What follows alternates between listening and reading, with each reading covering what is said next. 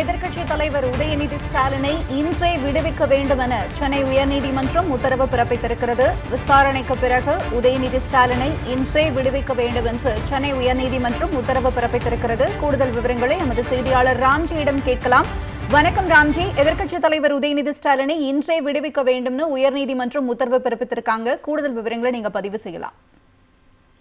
தஞ்சையில ஒரு ஆர்ப்பாட்டத்தின் போது எதிர்கட்சி தலைவர் கலந்து கொண்டு அங்கு பேசிய போது காவிரியில் தண்ணீர் திறப்பது தொடர்பாக தற்போதைய தாவேக அரசும் முதலமைச்சரும் எந்த வாயும் திறக்கவில்லை, எதுவும் சரியாக செயல்படவில்லை என்றும் ஒரு குற்றச்சாட்டோட வைத்து அந்த ஆர்ப்பாட்டத்தில் பேசினார். அது மட்டுமில்லாமல் இந்த அரசு சரியாகவே மக்களோட நலத்திட்டங்களை சரியாக அரசு செய்யவில்லை என்று ஆர்ப்பாட்டத்தில் பேசியது தொடர்பாக எதிர்கட்சி தலைவர் உதயநிதி ஸ்டாலின் மீது 9 பிரிவின் கீழே இந்த அரசு வழக்கு பதிவு செய்து அவரை கைது செய்திருக்கிறார்கள். இந்நிலையில அவருக்கு முன்ஜாமீன் வழங்க வேண்டும் என்று சென்னை உயர்நீதிமன்ற காலை முறையீடு செய்யப்பட்டது. நீதிபதி இளந்திரையன் முன்பு முறையீடு செய்யப்பட்டது. அந்த முறையீட்டை ஏற்றுக்கொண்ட நீதிபதி இந்த வழக்கை அவசர வழக்காக தற்போது எடுத்து விசாரணை மேற்கொண்டார்கள்.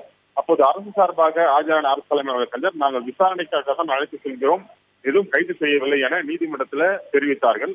அதை பதிவு செய்து கொண்ட நீதிபதி இளந்திரையன் தற்போது விசாரணை முடிந்த பிறகு இன்றையே விடுவிக்க வேண்டும் என்று தமிழக அரசுக்கு நீதிபதி இளந்திரையன் உத்தரவு பிறப்பித்திருக்காங்க. அதன் அடிப்படையில் தற்போது எதிர்கட்சி தலைவரான உதயநிதி ஸ்டாலின் தற்போது விடுவிக்க உயர்நீதிமன்றம் உத்தரவு பிறப்பித்திருக்கு.